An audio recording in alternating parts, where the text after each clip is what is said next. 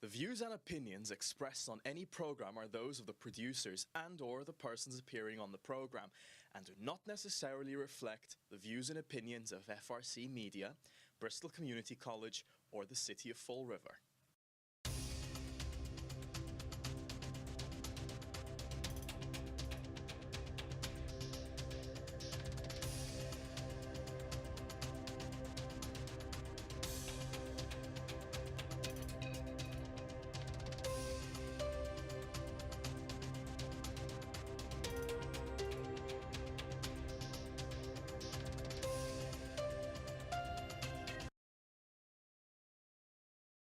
Episode of Community Chat with Collin. I am your host, Collin Dias.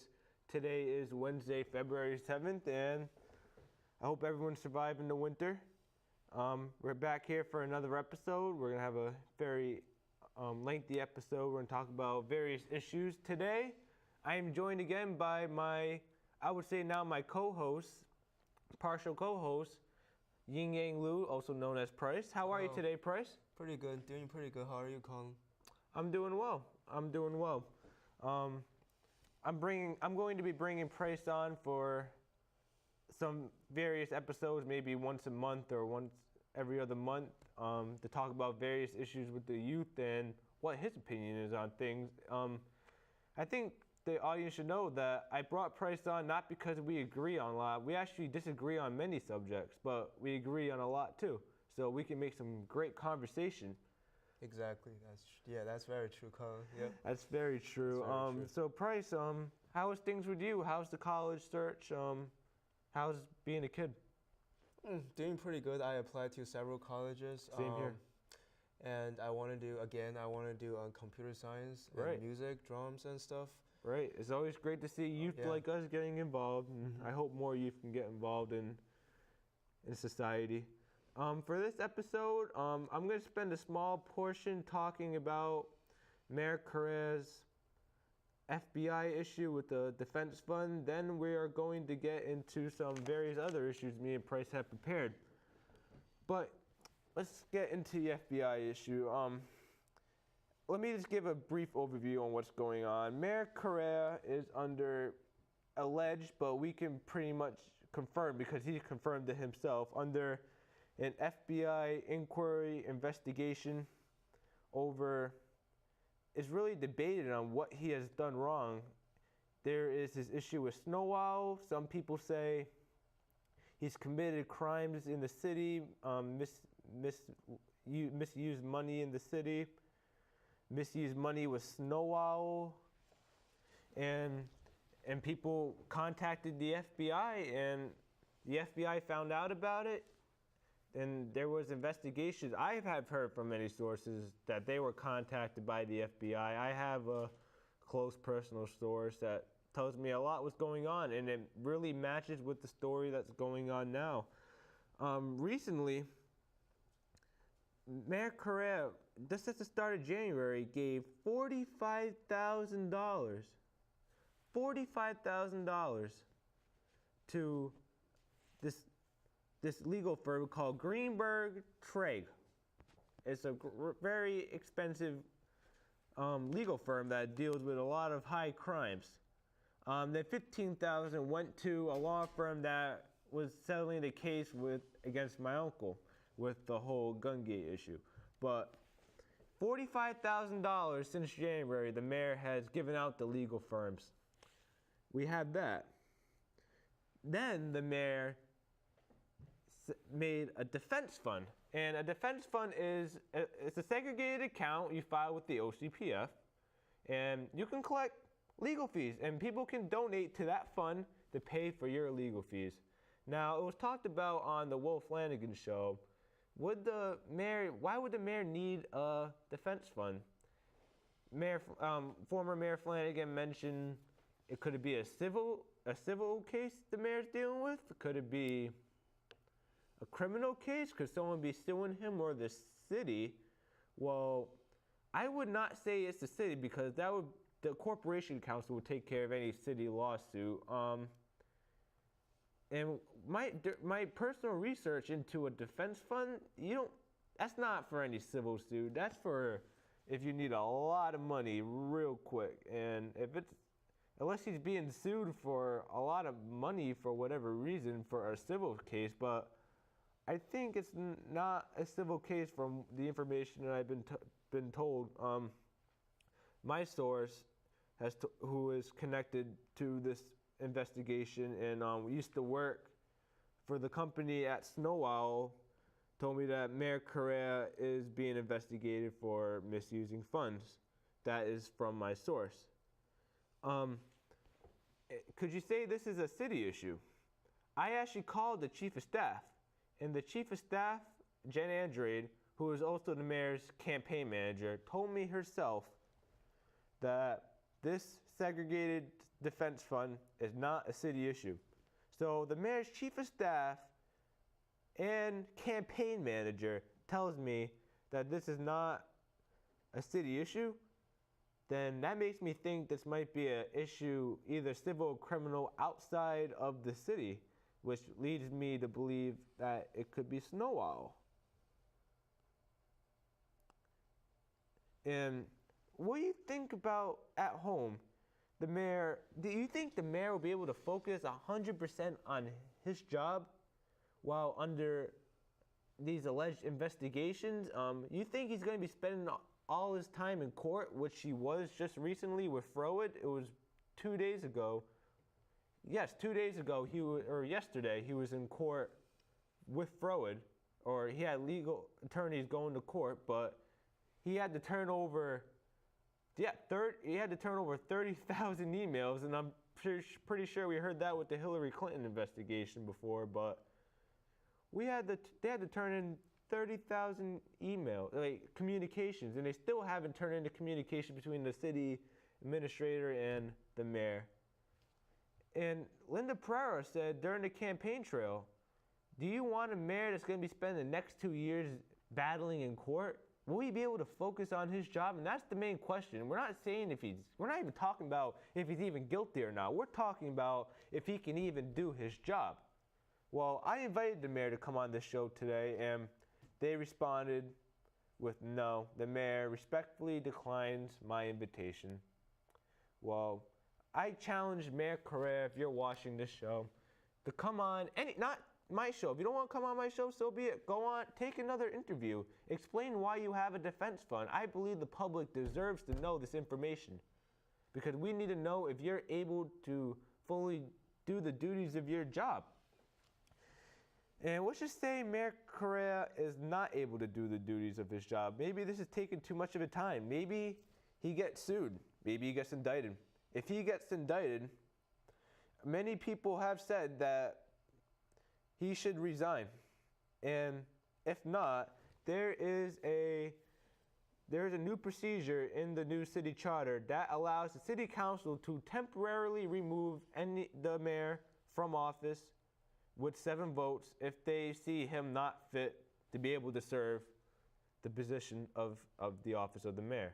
And if they do not, and if 7 of the city councilors do not see that, then they could temporarily remove him. And I believe, yes, the city council has to reinstate him.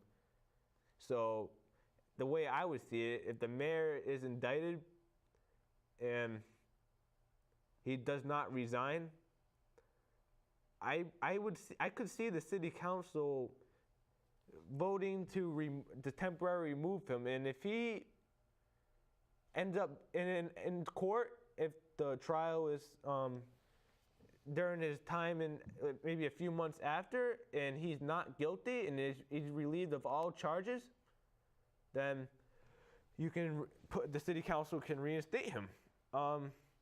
If he's committed of a felony, he's automatically removed. If he's convicted of a felony, he's automatically removed from office. If he's convicted of a misdemeanor, you're going to have to see how much fines he has to pay, how much time he's going to serve in jail. I personally believe if the mayor is convicted of a misdemeanor and he's temporarily removed by the city council, they should not reinstate him. And if 7 city councilors do not reinstate him, then I could see people going for a recall. And I believe that would be legitimate cause for a recall. And I'm not someone who supports recalls at all. I think it should be noted that I don't understand why the mayor's mother would be the main contact person for his defense fund. The mayor's mother, Mayor Correia, is the person who you contact for the defense fund. I'm not questioning her qualifications. I'm just questioning why such an unusual move by a politician to do that. Why not give it to his chief of staff?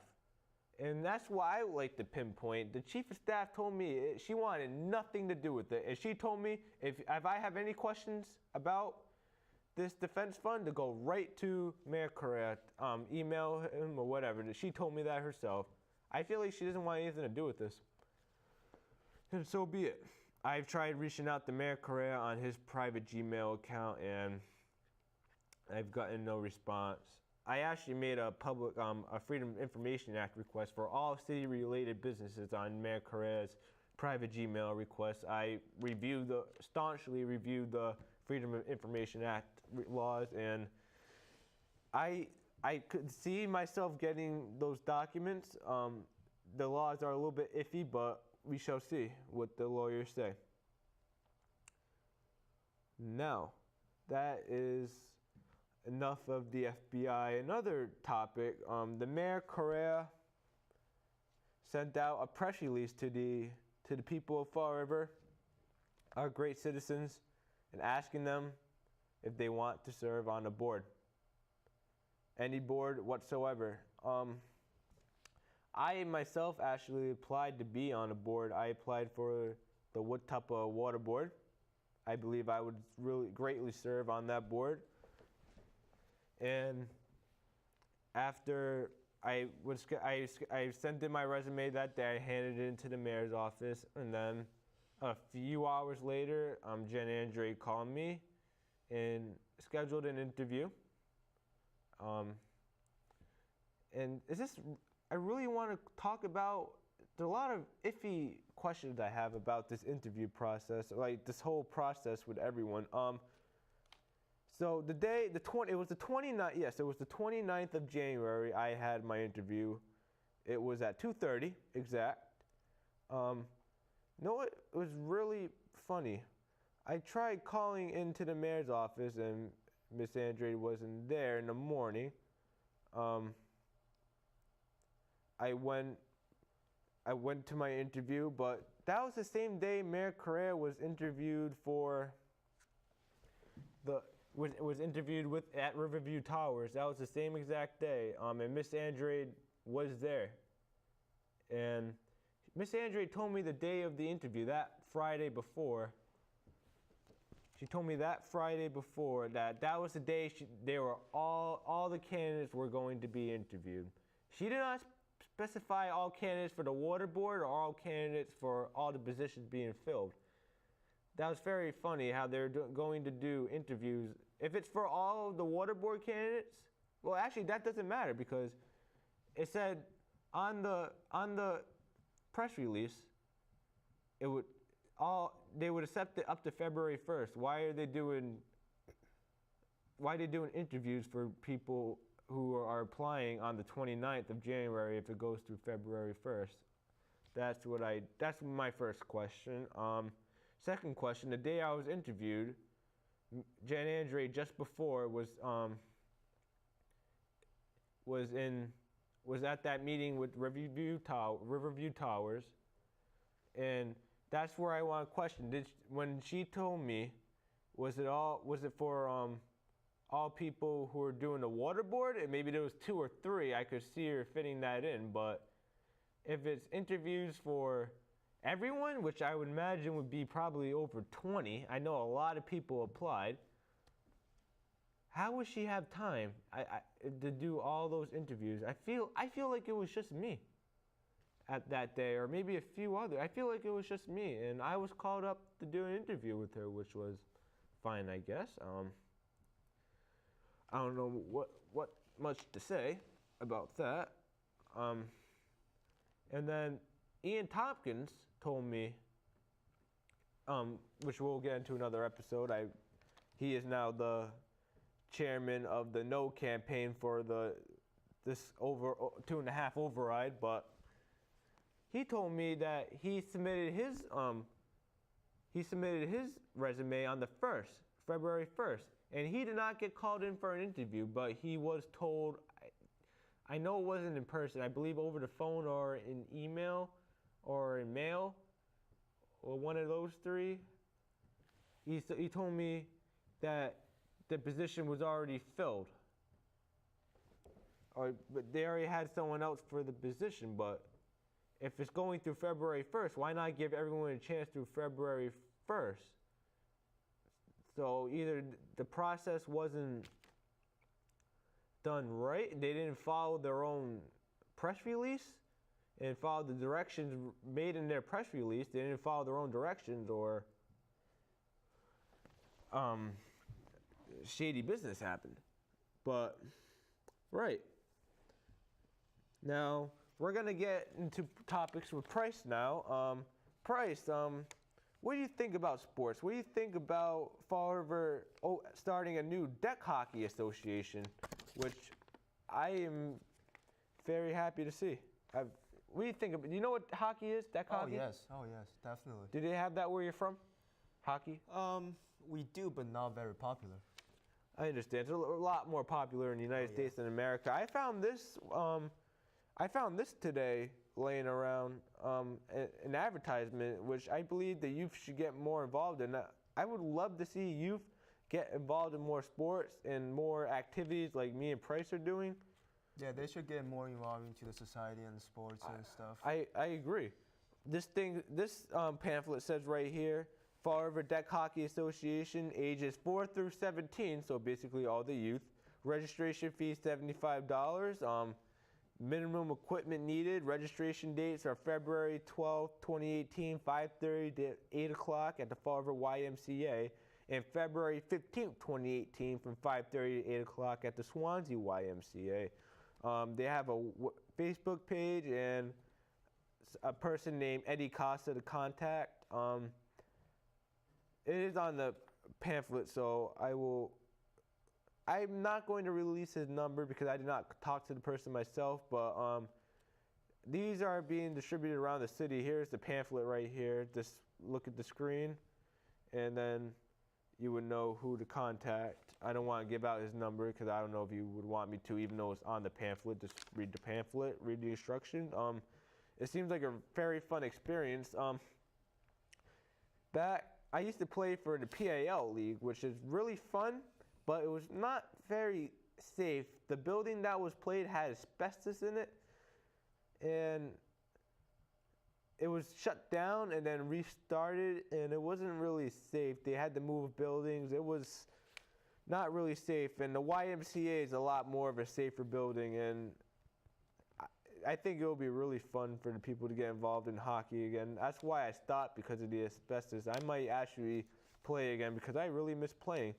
But speaking of ways to get involved in society, what ways would you like to see more youth get involved in society, Price? You always see some youth on the street not doing anything, just being foolish. What would you like to see done? I think they should get more into like society. Like they should learn more in class. They should pay attention more in class. I agree. And they should pay more attention to the stuff that people published on the news and stuff like that. And they should pay more attention to like what's happening around them, not just like care about their friends, but care about the entire society. I think that's very, very important. Is it like that in China? Oh yeah, oh yes, definitely. We have news just like in America. We have news like for different topics, or we have news like sports news, and we have like breaking news and stuff like that.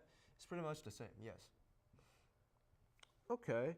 So it's like so a lot of people are involved in Chinese society. A lot of youth are involved. Okay. They care much about Chinese government. Well, that's good. That's good.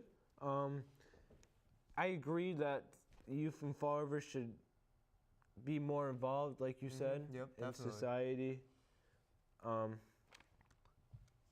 They should be more they should pay more attention to the news, get involved in more things? Do you believe the youth should people in China, youth in China get more involved in the clubs and associations? Oh yes. Like even political associations?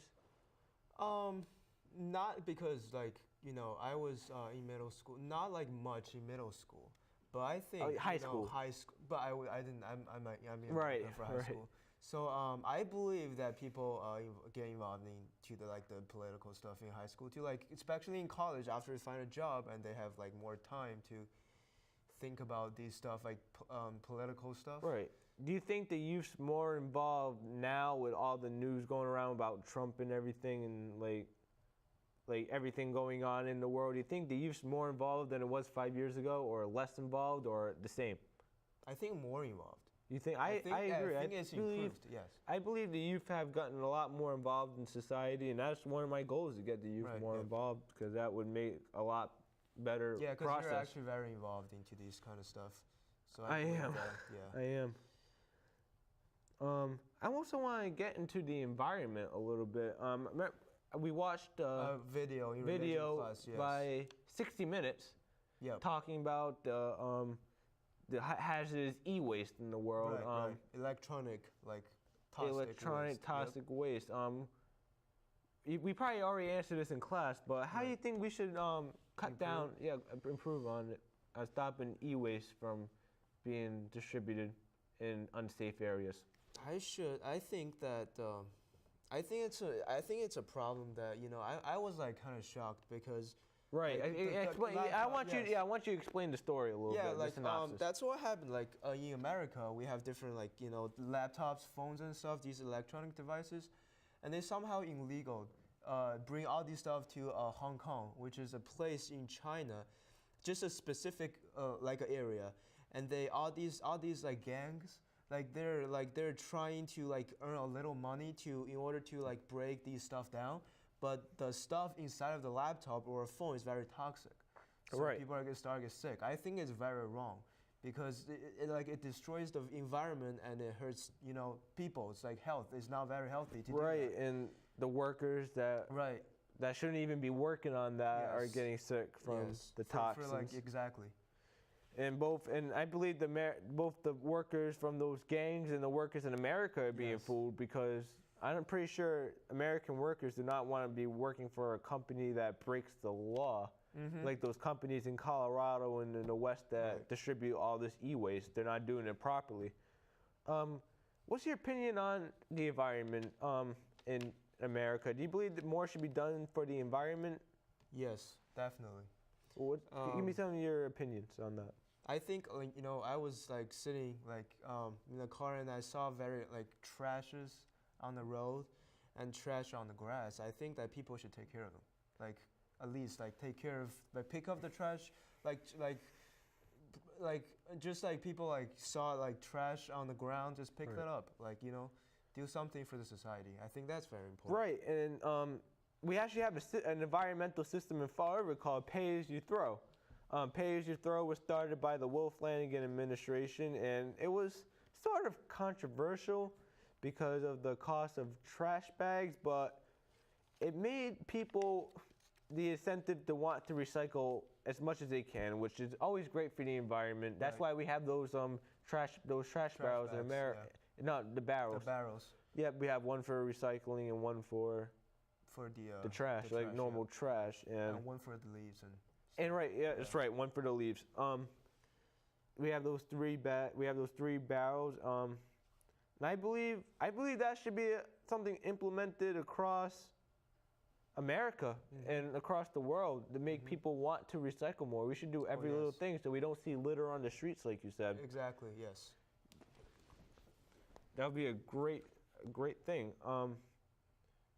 On the trash bags, I want to look more into Pay As You Throw on the trash bags, but tell me this. You already had to pay for trash bags already, and I don't see a big cost increase between buying the brand trash bags to the Pay As You Throw trash bags, and that's just my opinion. I could be wrong, and I might change my opinion in the future when I do more research, but from the research I've done so far, I don't see the big problem except for maybe families with lower income. And for that case, I would love to see a subsidy program be put in place for low income families, and maybe small businesses to get more of a increase in small businesses. People get more involved to get more tax revenue for our city. And yeah, Price, what's your opinion on small businesses? Do you know anything about the Fall River Office of Economic Development? FROED. To be honest, I'm not really familiar with that. Okay, no worries. I'll talk a little bit. We can have a conversation on that. Basically, I'll explain to you in a simpler terms since you're not really familiar with it yet. I can get into the. Yeah. There's this like organization called the Fall River Office of Economic Development, which for many years, and they still do, even though Mayor Correia terminated the contract and kicked them out of Government Center, they did a lot of economic work for the city. Okay.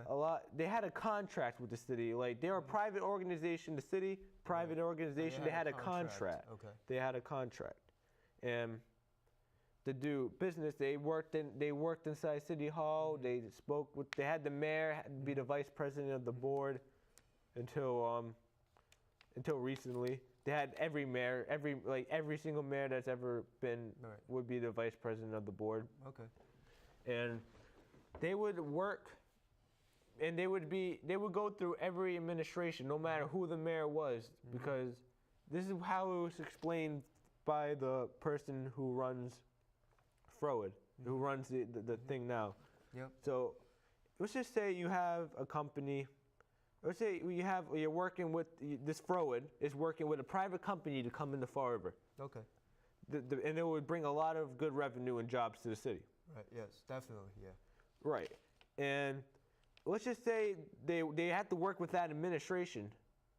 Now let's just say there was no FROED and the city controlled all the economic development. And all the information you get, let's just say there was a change in an administration, they would have to, and the new administration went to the negotiating table with when they're already in the middle of a negotiation, they wouldn't really know all the information from the start of the negotiation. Because there's a lot of negotiations that go into contracts with big corporations and like the South Coast Marketplace. That took months and years to negotiate that. Right, okay.